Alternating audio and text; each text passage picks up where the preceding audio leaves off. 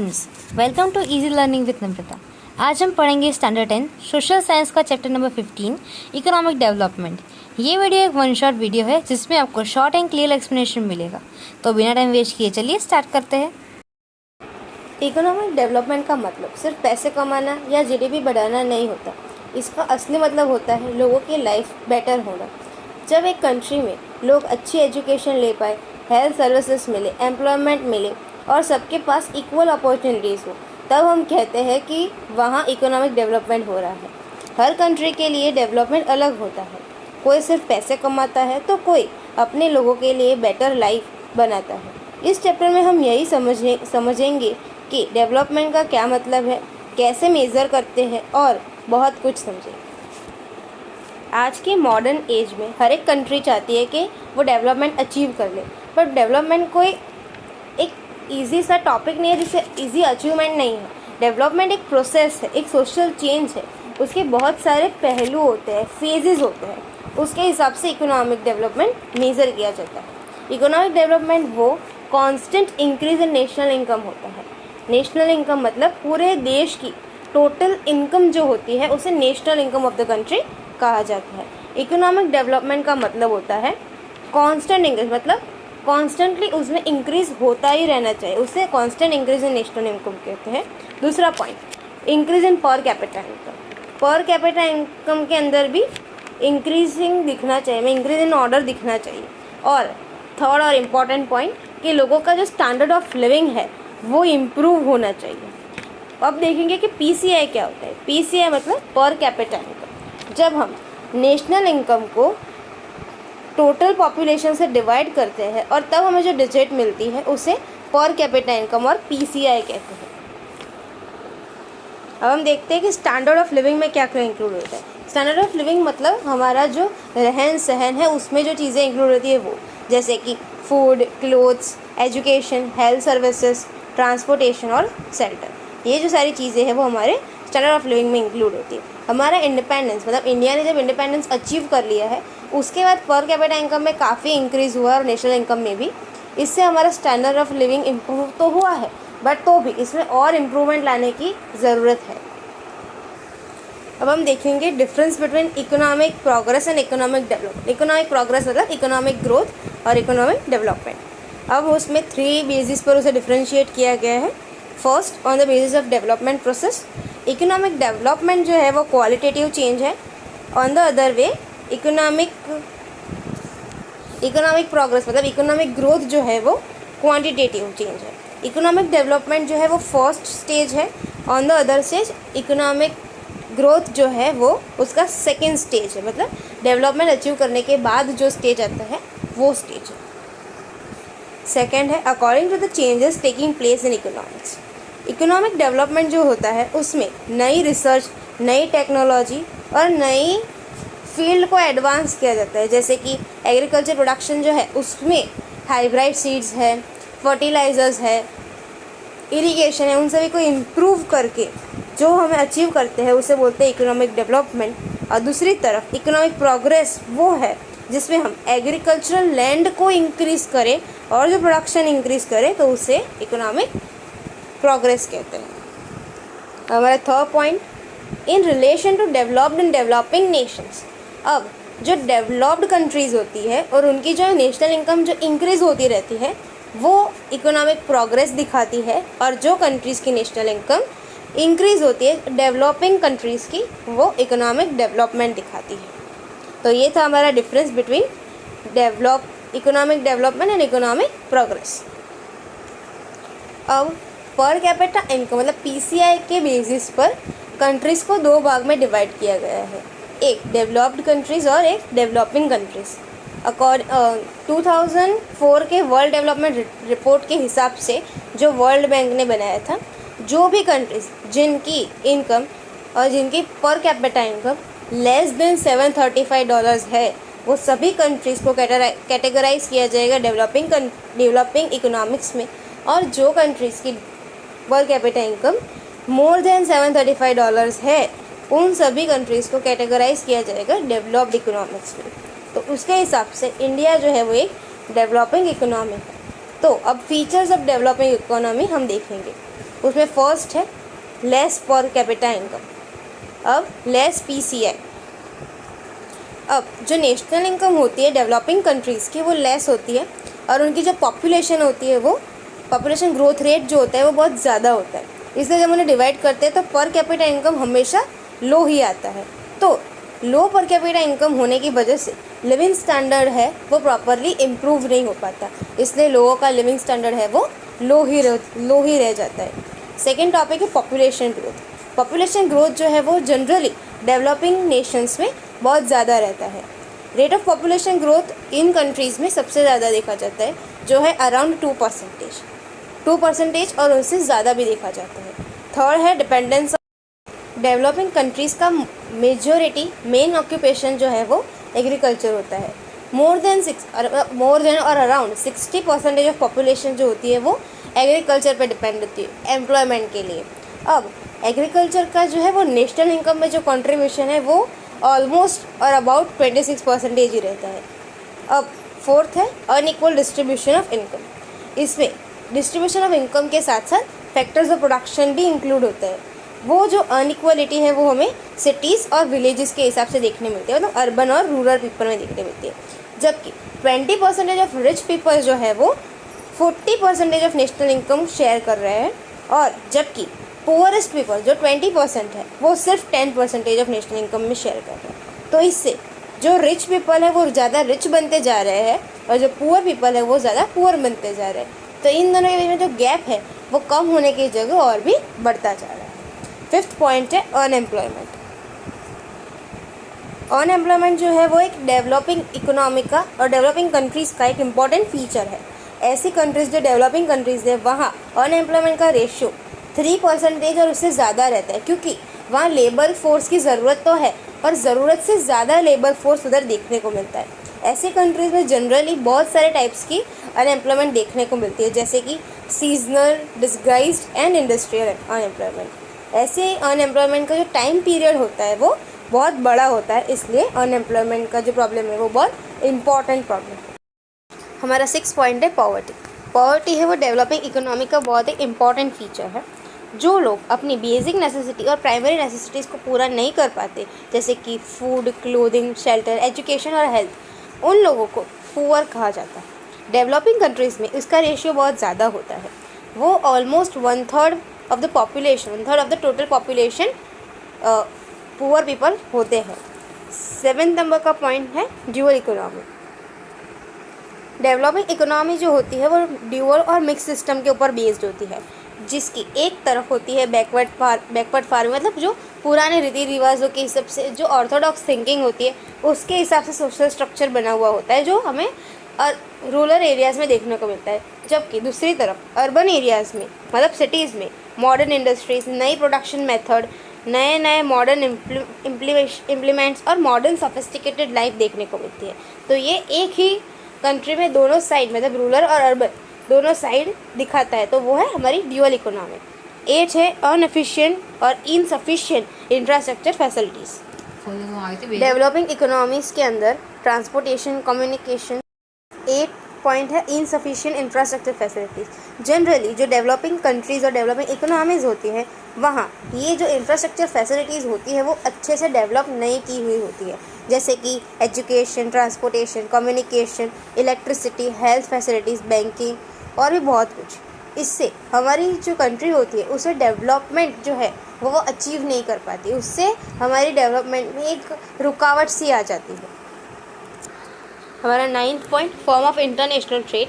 Generally जो developing countries होती है वो एग्रो प्रोडक्ट्स को एक्सपोर्ट करती है, मतलब एग्रीकल्चर प्रोडक्ट्स जो होती है उसे एक्सपोर्ट करती है, और मिनरल ओर्स जो होते हैं उसे एक्सपोर्ट करती है। तो वैसी जो चीज़ें होती है उसकी इंटरनेशनल मार्केट में जो डिमांड है वो बहुत कम होती है और उसकी प्राइसेस भी काफ़ी कम होती है। इससे जो एक्सपोर्ट इनकम है वो कम अचीव हो पाती है।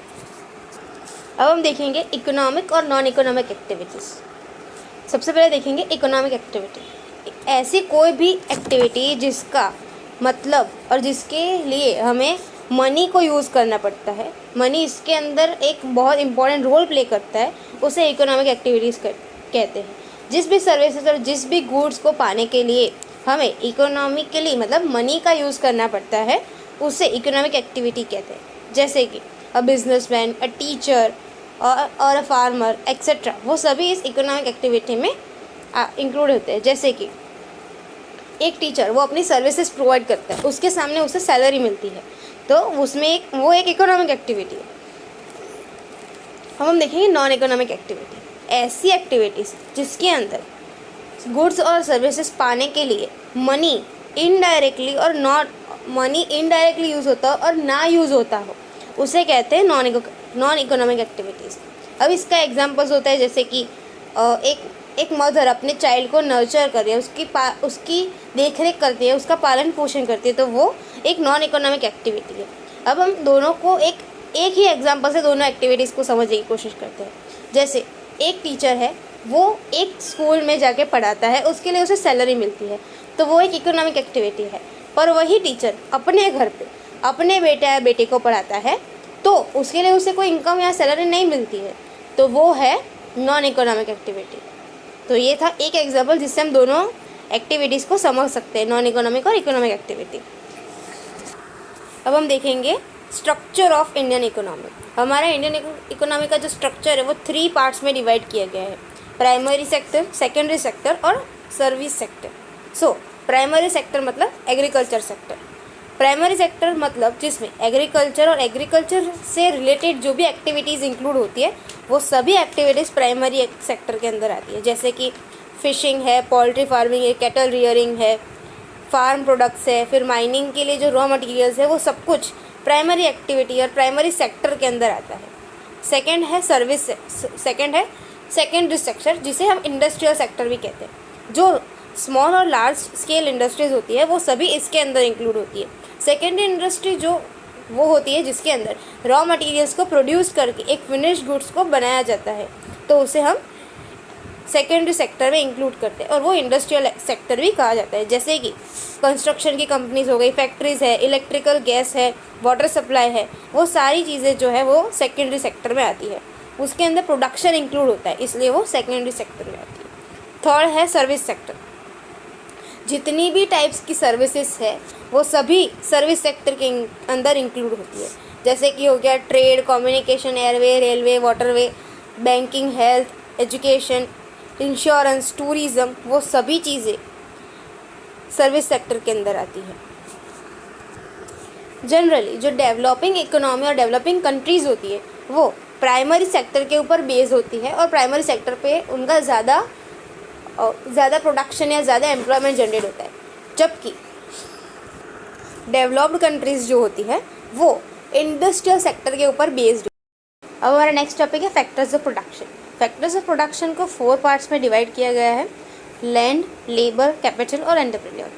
लैंड जनरली जो upper layer of surface of the earth होता है उसे लैंड कहते हैं, बट जनरली हम ये जनरल फॉर्म में कहते हैं, बट इकोनॉमिक्स में लैंड का एक अलग मतलब है। लैंड जो है वो नेचुरल रिसोर्स है प्रोडक्शन के लिए, जिसके अंदर फॉरेस्ट, रिवर, माउंटेन, मिनरल जो भी है वो प्रेजेंट होते हैं अर्थ के अंदर, वो इंक्लूड होते हैं।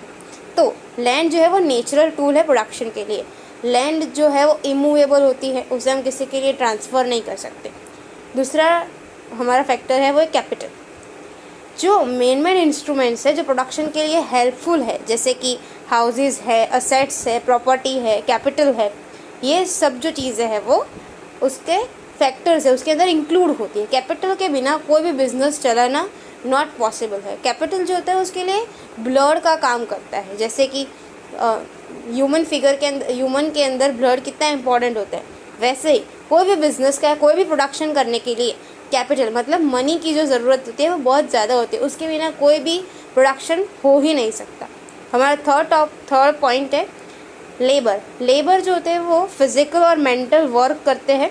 उनका ये काम करने से हमारा प्रोडक्शन होता है और हम उन्हें मॉनेटरी मतलब उन्हें सैलरी और वेजेस देते हैं। जो लेबर है वो अकेला पूरे 4 फैक्टर्स में से लीविंग फैक्टर ऑफ प्रोडक्शन होता है। फिर जो लेबर्स है वो काम करते हैं, जैसे कि फार्म में है, वर्कर्स है, डॉक्टर्स है, आर्टिशियंस है, वो सभी लेबर के अंदर इंक्लूड होते हैं। हमारा 4th पॉइंट है एंटरप्रेन्योरशिप। एंटरप्रेन्योरशिप मतलब जो बाकी के जो ऊपर के तीनों फैक्टर्स हैं उन्हें कंबाइन करके उन्हें अच्छे से रिप्रेजेंट करे या अच्छे से उन्हें मिक्स करके अपना काम करे, उसे कहते हैं एंटरप्रेन्योर। एंटरप्रेन्योर का काम होता है कि तीनों फैक्टर्स को मिक्स करके या साथ ला के उनका कोऑर्डिनेशन करवा के एक प्रॉफिट मेकिंग बिजनेस को चलाना, जिससे प्रॉफिट होता रहे कंपनी को। तो वो काम होता है एंटरप्रेन्योर का, तो उसे कहते हैं एंटरप्रेन्योरशिप। एंटरप्रेन्योर को जो भी मिलता है वो रिटर्न, उसे प्रॉफिट कहते हैं। एंटरप्रेन्योर की वजह से तीनों फैक्टर्स ऑफ प्रोडक्शन को कैसे चलाते हैं वो हमें समझ में आता है। अब हम देखेंगे distribution of the factors of production. उसमें फर्स्ट पॉइंट है अनलिमिटेड वांट्स। अब हम ह्यूमन्स हैं, ह्यूमन की वांट्स जो होती है वो अनलिमिटेड, अनकाउंटेबल होती है।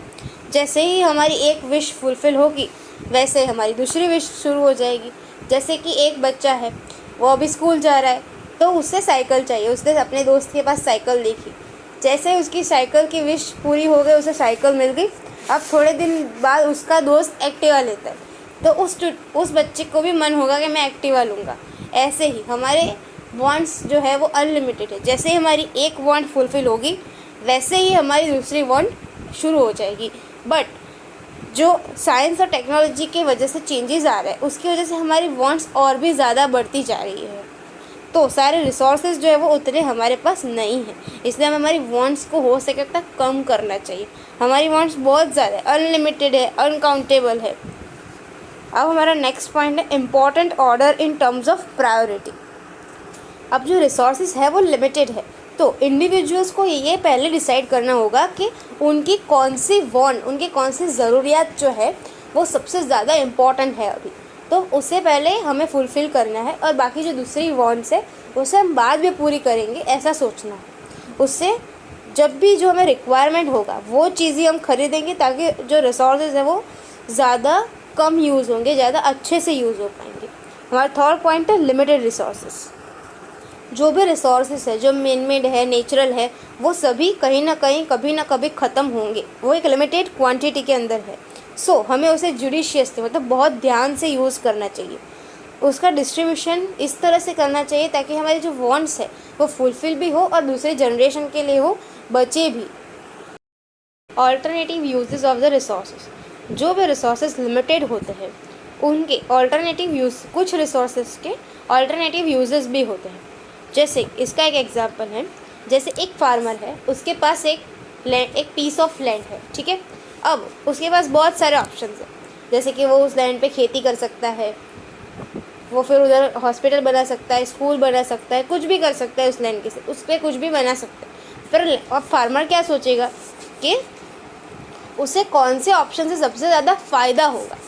अगर वो खेती कर रहा है तो कौन से क्रॉप की खेती करेगा, वीट की करेगा, फिर राइस की करेगा या ज्वार की करेगा। अब उसे ऐसा लगता है कि उसे सबसे ज़्यादा फ़ायदा वीट उगाने से होता है, तो वो वीट उगाएगा अपने खेत पे। तो बाकी ये जो दूसरे ऑप्शन है वो उसके ऊपर इम्प्लीमेंट नहीं कर सकता, इसलिए एक ऑल्टरनेटिव जो सबसे बेस्ट हो वो चूज़ किया जाता है। तो ये होता है alternative uses of the resources. हमारा नेक्स्ट टॉपिक देखेंगे जो है methods of allotting of resources. वो हम सबसे पहले देखेंगे मार्केट सिस्टम। सो जैसे कि जो कंट्रीज़ है, जैसे अमेरिका, जापान, वैसी कंट्रीज़ ने अपना इकोनॉमिक डेवलपमेंट जो है वो मार्केट सिस्टम से अचीव किया है। मार्केट सिस्टम को हम कैपिटलिस्ट सिस्टम भी कहते हैं। इस मेथड के अंदर जो प्रोडक्शन है, फैक्टर्स ऑफ प्रोडक्शन है, उसे इस तरह से अलोकेट किया जाता है जिसका मेन जो बेस है वो रहता है प्रॉफिट। मतलब ऐसे फैक्टर्स ऑफ प्रोडक्शन को यूज़ करना, इस तरह से यूज़ करना कि मैक्सिमम प्रॉफिट है उसे गेन किया जा सके। तो ये मार्केट कम्प्लीटली फ्री होता है। इसके अंदर गवर्नमेंट जो होती है वो गवर्नमेंट या उसकी कोई भी पॉलिसी उसके ऊपर इम्प्लीमेंट नहीं हो सकती और गवर्नमेंट उसके ऊपर कोई भी रूल प्ले नहीं कर सकती। इस पूरे सिस्टम में कंपटीशन जो है वो बहुत इम्पॉर्टेंट रोल प्ले करती है। कंपटीशन की वजह से सभी लोग अच्छे से अच्छा प्रोडक्शन करते हैं और प्रॉफिट को और भी ज़्यादा मैक्सिमाइज़ करने की कोशिश करते हैं। इसके अंदर नई रिसर्चेस, नई टेक्नोलॉजी, नए प्रोडक्शन मेथड को क्रिएट किया जाता है ताकि जो प्रोडक्शन है वो बढ़ता रहे। प्रोडक्शन बढ़ेगा तो अल्टीमेटली प्रॉफिट भी बढ़ेगा। जैसे इस सिस्टम के अंदर कंपटीशन जो है वो पूरे मार्केट को कवर करती है या कंट्रोल करती है, जो एक इनविजिबल हैंड की तरह उसे कंट्रोल करती है। सो इसमें गवर्नमेंट का कोई भी रोल प्ले नहीं होता, गवर्नमेंट कोई भी तरह से इंटरफियर नहीं करती, इसलिए इसे फ्री इकोनॉमी भी कहा जाता है। तो मार्केट सिस्टम को दूसरे दो नामों से जाना जाता है, जो है कैपिटलिस्ट सिस्टम और फ्री इकोनॉमी। अब हम देखेंगे features of market mechanism system, मतलब फीचर्स ऑफ मार्केट सिस्टम। अब हमारा फर्स्ट पॉइंट है ownership of resources of production is either individual private. जो रिसोर्सेज है उसकी जो ओनरशिप होती है वो इंडिविजुअली होती है या किसी एक इंसान को वो होता है, या वो उसे ओन करता है, या कोई प्राइवेटली उसे ओन करता है। दूसरा, प्रॉफिट जो वो सेंटर पॉइंट में होता है इकोनॉमिक एक्टिविटीज़ जो मार्केट सिस्टम के अंदर होती है। थर्ड पॉइंट, कंज्यूमर्स जो होते हैं उन्हें चॉइस करने के लिए बहुत सारे ऑप्शंस मिलते हैं, उनके पास गुड अपॉर्चुनिटी है चॉइस करने के लिए। फोर्थ पॉइंट, गवर्नमेंट इस सिस्टम के अंदर कोई भी तरह से किसी भी जगह इंटरफियर नहीं करती। फिफ्थ पॉइंट, इसके अंदर जो डिस्ट्रीब्यूशन ऑफ रिसोर्सेज है उसका मेन बेस जो है वो प्रॉफिट होता है। सिक्स पॉइंट, इकोनॉमिक डिसीजंस जो होते हैं वो प्राइस मैकेनिज्म को माइंड में रख कर किए जाते हैं। ये कौन सा प्राइस जो है और कैसा प्राइस, कितना प्राइस होना चाहिए, वो सब डिसाइड करने के बाद प्राइस मैकेनिज्म के बेसिस के ऊपर इसके डिसीजंस लिए जाते हैं। अब हम देखेंगे benefits of the market system और मार्केट मैकेनिज्म सिस्टम। अब उसका first point, economic freedom of individual is protected. अब जो इंडिविजुअल होता है मार्केट सिस्टम में, उसकी जो इकोनॉमिकली फ्रीडम होती है वो इसके अंदर प्रोटेक्ट की जाती है। दूसरा पॉइंट, रिसोर्सेज जो होते हैं वो बहुत अच्छे से, जितना उसका सबसे ज़्यादा यूज़ किया जा सकता है, ग्रेटेड एक्सटेंट तक उसे अच्छे से यूटिलाइज़ किया जाता है। थर्ड पॉइंट, इसकी वजह से अच्छे से यूटिलाइजेशन होने की वजह से अबंडेंट प्रोडक्शन, मतलब बहुत ज़्यादा क्वांटिटी में प्रोडक्शन किया जा सकता है।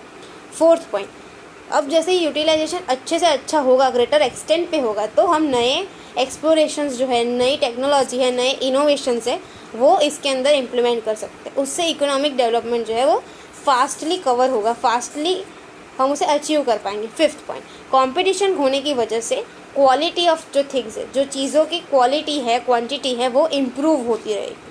अब हमारा है next point, limitations of the market mechanism system. First point, जैसे इस सिस्टम के अंदर प्रॉफिट जो होता है वो सेंटर पे होता है, तो जो प्रोडक्शन कर रहे हैं वो लोग लग्जूरियस कमोडिटी पे और लग्जूरियस क्वांटिटी पे इंक्रीज़ करते हैं और इन्वेस्टमेंट करते हैं, और इसकी वजह से जो बेसिक रिक्वायरमेंट्स होती है, बेसिक चीज़ें हैं, जो बेसिक नेसेसिटीज़ है, उसे नेगलेक्ट किया जाता है और वो कम प्रोडक्शन में आती है। दूसरा पॉइंट, उसकी वजह से जो कंट्रोल होता है गवर्नमेंट, जैसे जो रिसोर्सेज है, नेचुरल रिसोर्सेज, वो ओवर यूटिलाइज हो जाते हैं, कई बार वेस्ट हो जाते हैं, क्योंकि उसके ऊपर गवर्नमेंट का कोई भी कंट्रोल नहीं होता। तीसरा पॉइंट, मार्केट का नॉलेज न होने की वजह से जो कंज्यूमर्स होते हैं, जो कस्टमर्स होते हैं, वो एक्सप्लॉइट किए जाते हैं, उन्हें अच्छे से नहीं पता होता उस मार्केट के बारे में, इसलिए उनका एक्सप्लॉइटेशन किया जाता है। फोर्थ पॉइंट, जैसा कि हमने फर्स्ट लिमिटेशन के अंदर देखा, जो लग्जूरियस कमोडिटी होती है वो मेजॉरिटी रिच लोग प्रिफर करते हैं, तो जो इनकम की डिस्पैरिटी है, मतलब जो रिच और पुअर के बीच में जो डिफरेंस है वो कम होने की जगह बढ़ता जाता है। ये एक लिमिटेशन है मार्केट सिस्टम की। दूसरा कि जो फियर है, मोनोपोली सिस्टम का जो फियर है, इकोनॉमिक इंस्टेबिलिटी है, एक्सप्लॉइटेशन ऑफ लेबर, वो सब चीज़ों की वजह से इकोनॉमी को और मार्केट सिस्टम को ये एक लिमिटेशन दिखाता है। मोनोपोली का मतलब होता है कि जो एक बिजनेसमैन है या एक बिजनेस कर रहा है जो व्यक्ति, वो व्यक्ति जो पूरे, जैसे कि हमारे एरिया में एक ही शॉप है जो स्टेशनरी बेचती है, ठीक है, तो वो उसकी मोनोपोली है। अब वो उसे पूरे एरिया में उसे पता है कि दूसरी कोई शॉप नहीं है, तो लोग उससे ही चीज़ खरीदेंगे, तो वो क्या करेगा, अपनी चीज़ों के दाम बढ़ाना शुरू कर देगा। पर लोगों को पता है कि अब हम उसके पास से ही खरीद सकते हैं, क्योंकि हमारे आसपास कोई दूसरी दुकान है नहीं, तो इसको मोनोपोली कहते हैं। तो मोनोपोली की वजह से ये एक लिमिटेशन होता है मार्केट सिस्टम का। अब हमारी सेकंड सिस्टम है वो है सोशलिस्ट सिस्टम। सोशलिस्ट सिस्टम जो है वो मार्केट सिस्टम से एकदम अपोजिट में है। सोशलिस्ट सिस्टम जो है वो रशिया और चाइना ने इम्प्लीमेंट की है, इससे उनका इकोनॉमिक ग्रोथ हुआ है। तो सोशलिस्ट सिस्टम जो है उसके अंदर सारे डिसीजंस, हर एक छोटे से छोटा डिसीजन जो है वो गवर्नमेंट लेती है। पूरी इकोनॉमी को है वो स्टेट, मतलब जो गवर्नमेंट है वो ओन करती है। उसके अंदर फार्मिंग जैसी जो एग्रीकल्चर भी गवर्नमेंट ओन करती है। यहाँ प्रॉफिट से ज़्यादा सोशल वेलफेयर जो है वो सेंट्रल पॉइंट पे होता है। जैसे मार्केट सिस्टम में प्रॉफिट सेंटर पॉइंट पे था, यहाँ सोशल वेलफेयर जो है वो सेंटर पॉइंट पे होता है। प्रोडक्शन जो है और उसकी जो प्राइजेस है वो गवर्नमेंट डिसाइड करती है। अब हम इसके देखेंगे features of the socialist system. उसमें फर्स्ट है कि जो सारे रिसोर्सेज है वो गवर्नमेंट ओन करती है। दूसरा पॉइंट, सारे जो इकोनॉमिक डिसीजन है वो गवर्नमेंट लेती है। तीसरा पॉइंट, यहाँ प्रॉफिट के सिवा सोशल वेलफेयर जो है वो सेंट्रल पॉइंट होता है इसका, जो मेन बेस है इसका। फोर्थ पॉइंट, लेबर्स जो होते हैं, जो काम करते हैं, जो मजदूर होते हैं, लेबर्स को है वो उनके काम करने पर, फिजिकल और मेंटल काम करने पर उन्हें वेजेस मिलती है। अब हम देखेंगे benefits of the socialist system. जैसे कि फर्स्ट पॉइंट, अब जो प्रोडक्शन होता है वो वो सोसाइटी के रिक्वायरमेंट्स के हिसाब से होता है। सो जो अनइम्पॉर्टेंट है, मतलब जो कुछ काम की चीज़ें नहीं है, जो लग्जूरियस कमोडिटीज़ है, वो प्रोड्यूस ही नहीं होती। दूसरा पॉइंट, अब जो प्रोडक्शन है वो सोसाइटी के हिसाब से हो रहा है, उसे गवर्नमेंट ओन कर रही है। सो वेस्टेज जो होता है रिसोर्सेज का वो भी नहीं होता। तीसरा पॉइंट, जो गैप होता है रिच और पुअर के बीच में, जो गैप होता है उसको हम कम कर सकते हैं, क्योंकि हम जो प्रोडक्शन कर रहे हैं वो एकदम जो बेसिक रिक्वायरमेंट्स का होता है इसके हिसाब से होता है। तो जो डिस्पैरिटी ऑफ इनकम है और प्रॉपर्टी है उसे हटाया जा सकता है। फोर्थ पॉइंट, कंज्यूमर्स जो है वो एक्सप्लॉइट नहीं होते इस पर। अब हम देखेंगे limitations of the socialist system. अब जो सारे रिसोर्सेज है वो गवर्नमेंट के ओनरशिप में होते हैं। सो जो बिजनेसमैन है, जो ट्रेडर्स है, जो इंडस्ट्रीज़ में काम करते हैं, उन्हें कोई भी एनकरेजमेंट या कोई भी मोटिवेशन नहीं मिलता अपने प्रोडक्शन को बढ़ाने के लिए। दूसरा पॉइंट, अब सारा जो है वो गवर्नमेंट ओन करती है तो उसमें कंपटीशन भी कम होता है। कंपटीशन कम होने की वजह से रिसर्च पे कोई ध्यान नहीं देता, कोई नई टेक्नोलॉजी को इम्प्लीमेंट नहीं करता। तीसरा पॉइंट, इसमें जो इंडिविजुअल की फ्रीडम होती है वो कम देखने को मिलती है, इंडिविजुअल को कोई फ्रीडम नहीं होती इसके अंदर। फोर्थ पॉइंट, अब पूरा जो कंट्रोल है वो गवर्नमेंट पे है, तो इससे क्या होगा, ब्यूरोक्रेसी होगी। ब्यूरोक्रेसी मतलब करप्शन होने के चांसेस जो है वो बढ़ जाते हैं। अब हमारा last but not the least topic, mixed economy. अब हमारी इंडिया है उसने सोचा कि ना ही हम मार्केट सिस्टम को इम्प्लीमेंट करेंगे, ना ही हम सोशल सिस्टम को इम्प्लीमेंट करेंगे। तो इंडिया ने एक नई ही इकोनॉमी बनाई जो है मिक्स्ड इकोनॉमी, जो इंडिया फॉलो करता है।